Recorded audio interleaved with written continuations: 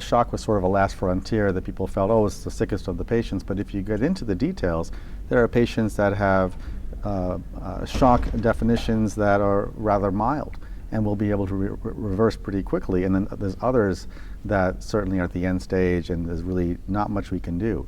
And you can't really begin to understand what will work in these scenarios if you can't speak one common language. So this has been a problem both in terms of clinical usability and transfer from hospitals, or even if there's a patient who shows up in the emergency room in shock. What does that really mean? Is the patient awake and alert but hypoperfused, or is the patient on a ventilator and they're doing active CPR? These are two different populations.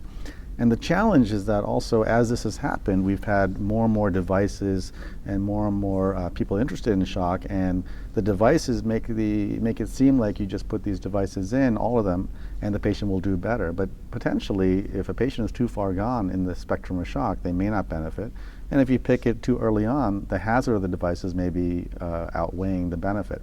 So we really need to find the common language, both to clinically determine what patient we're talking about, but then also restart the whole field with those definitions so that we can then say, well, what's going to work in each of these stages?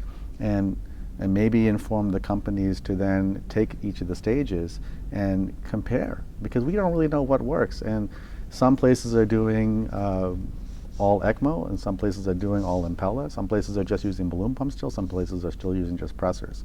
And we don't have a good idea of, and they'll all stand behind that nothing really works in shock, so we'll just do what our local culture is. Well, the point of this was that we think that if you finally determine the different stages, you can then begin the data to understand where things may work, and then really take it very scientifically forward, so that we can then go across the country, go across the world and say, this is what works in this scenario, this is what works in this scenario, this is what doesn't work in anything, and maybe that's futile. But there are some patients that we're not so worried about. Some patients we're kind of worried, we're going to watch them a little more closely. And some patients where, we're really worried, we got to look at them over the next couple hours and make sure that we're doing something right now and reassessing them. And then there's the patients even further along that we have to be much more aggressive. So we've known that to be the case. However, we haven't really put it down on paper.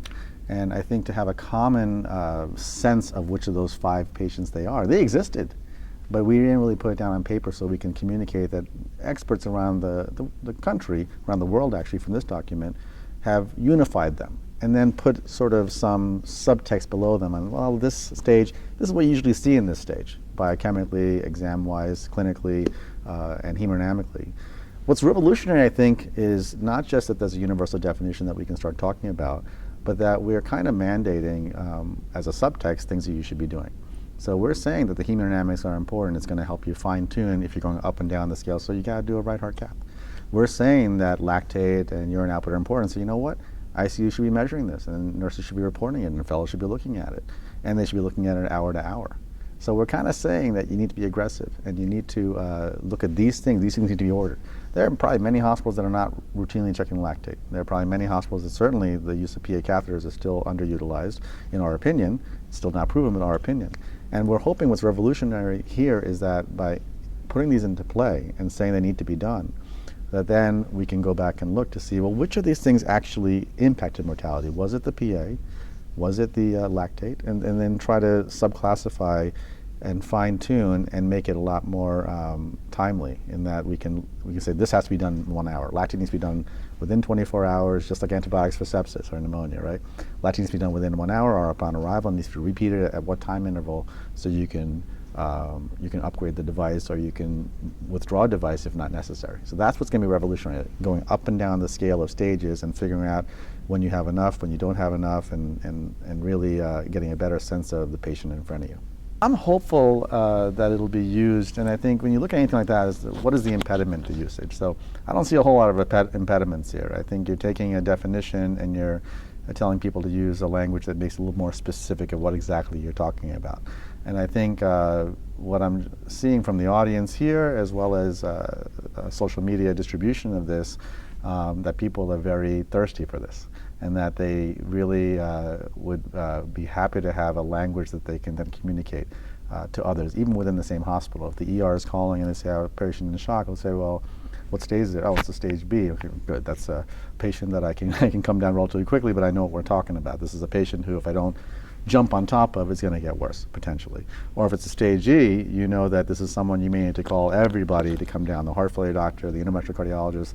Let's go see what we can do for this patient, get the family involved, because this may not be a patient that's going to survive. But we know that with that communication. So I am hopeful that it'll be embraced pretty quickly. I think it'll be embraced very quickly.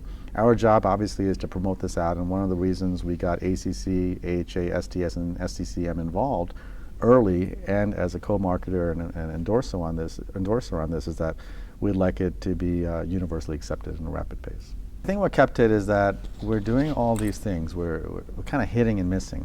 We're throwing devices at this problem, we're transferring them, we're doing all kinds of aggressive things, and the mortality is not improving.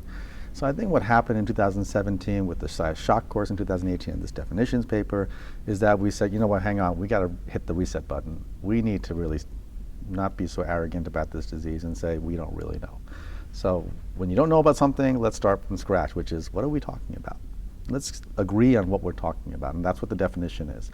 And then even then, we're going to then fine-tune, is it RV, LV? You can get into the pathophysiology here, but let's be honest that we don't really understand it. Let's then take it a step back and figure out the definitions, and then from there, figure out as scientists, where do we go? We now have to prove in each of these things, and let's do it that way, which is a controlled, slower way of dealing with it, but by the time we get to our endpoint, maybe we'll have success.